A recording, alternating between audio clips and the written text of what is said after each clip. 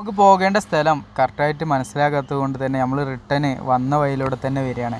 അങ്ങനെ നമ്മൾ ഈ ഒരു ഏരിയയ്ക്ക് ഒരു വഴി ഉണ്ടെന്ന് പറഞ്ഞപ്പോൾ ആ വഴിയിലൂടെ പോകുമ്പോൾ കാണുന്ന കാഴ്ചയാണ് മാവുകൾ കാര്യങ്ങളൊക്കെ ആയിട്ടുള്ള കൃഷികളാണ് ഇവിടെ കൂടുതലായിട്ട് കാണാൻ സാധിക്കുന്നത്. അങ്ങനെ നമ്മൾ ഈ റോഡിലൂടെ മുൻപോട്ട് തന്നെ പോയിക്കൊണ്ടിരിക്കുമ്പോൾ വ്യത്യസ്തമായിട്ടുള്ള ആളുകളെ പരിചയപ്പെടാൻ പറ്റി എന്നുള്ളത് വളരെയധികം സന്തോഷം ഉണ്ടാക്കുന്ന കാര്യമാണ്. അങ്ങനെ നമ്മൾ ഈ ഒരു വില്ലേജിലേക്ക് എത്തി. ഈ ഒരു വില്ലേജിൽ ഇതുപോലെ ആളുകൾ ഭയങ്കര ഫ്രണ്ട്ലി ആയിട്ടാണ് നമ്മളോടൊക്കെ സംസാരിക്കാൻ ഇടപഴകാനൊക്കെ വന്നത്.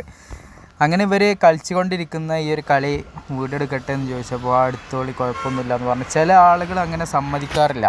പക്ഷേ ഇവർ ഭയങ്കര ഫ്രണ്ട്ലി ആയിട്ട് നമ്മളോട് ഇടപഴകി സംസാരിച്ച് ഇത്രത്തോളം വില്ലേജിൽ നിന്ന് ഒരു അനുഭവം പ്രതീക്ഷിച്ചിട്ട് തന്നെ ഇല്ല.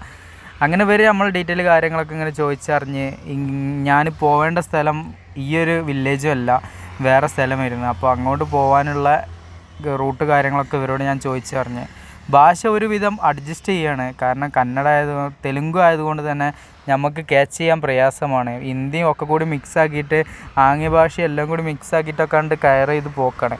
അങ്ങനെ നമ്മൾ ഈ ഒരു ആലിൻ്റെ മരത്തിൻ്റെ ചോട്ടിക്ക് ഇങ്ങനെ നോക്കുമ്പോൾ കാണുന്ന കാഴ്ചയാണ് കുറേ ആളുകൾ ഇതുപോലെ ഇങ്ങനെ ഇരുന്നിട്ട് ഇവിടെ ഇങ്ങനെ സൊറ പറഞ്ഞിരിക്കുന്നുണ്ട്. നമ്മളെ നാട്ടിലൊക്കെ പണ്ട് ഉണ്ടായിരുന്ന പോലത്തെ ഒരു കാഴ്ചപ്പാടുകളാണ് കാണാൻ സാധിച്ചത്. അങ്ങനെ ഈ ഒരു ആൽമരത്തിൻ്റെ നേരെ സൈഡിലായിട്ട് വെള്ളം കൊടുക്കുന്നത് ഞാൻ കണ്ട്. അപ്പോൾ ഞാൻ മൂപ്പരോട് ചോദിച്ച് വെള്ളം വേണമെന്ന് പറഞ്ഞപ്പോൾ ഞാൻ ക്യാഷ് ഇട്ട് ചെന്നു. അപ്പോൾ മൂപ്പര് പറയാണ് ക്യാഷിൻ്റെ പരിപാടി ഇല്ല, ഇതിവിടെ ഗവൺമെൻറ്റിൻ്റെ ഒരു പദ്ധതിയാണ്, ഇത് ഫ്രീ ആയിട്ടുള്ളതാണ്, ഇത് നോക്കുന്ന ആളാണ് ഞാനെന്ന് പറഞ്ഞു. അങ്ങനെ എന്നോട് ഒരു ക്യാന് വെള്ളം എടുക്കാൻ വേണ്ടി പറഞ്ഞു. ഞാൻ എടുത്തു. പിന്നീട് എന്നോട് മൂപ്പര് പറഞ്ഞത് വെള്ളം കാലിയായിട്ടുള്ള കുപ്പികളോ ബോട്ടിലോ ഉണ്ടെങ്കിൽ മൊത്തം ഫില്ലാക്കിയിട്ട് പോയിക്കോളിട്ടോ പറഞ്ഞു. അപ്പോൾ ഞാൻ എൻ്റെ കുപ്പികളും കാര്യങ്ങളൊക്കെ എടുത്തിട്ട് ഫില്ലാക്കാനുള്ള പരിപാടി തുടങ്ങി. അങ്ങനെ മൂപ്പര് പറയുകയാണ് 5-6 സ്ഥലങ്ങളിൽ ഗവൺമെൻറ്റിൻ്റെ ഈ ഒരു പദ്ധതി ഉണ്ട്.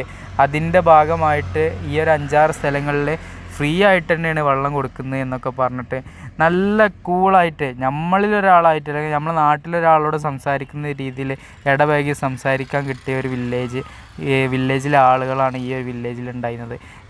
ഈ കാണുന്ന മൂപ്പരൊക്കെ അത്രത്തോളം നമ്മളോട് ആ ഒരു രൂപത്തിലാണ് സംസാരിച്ചത് എന്നുള്ളതിലൊക്കെ എനിക്ക് ഭയങ്കര സന്തോഷമുണ്ട്.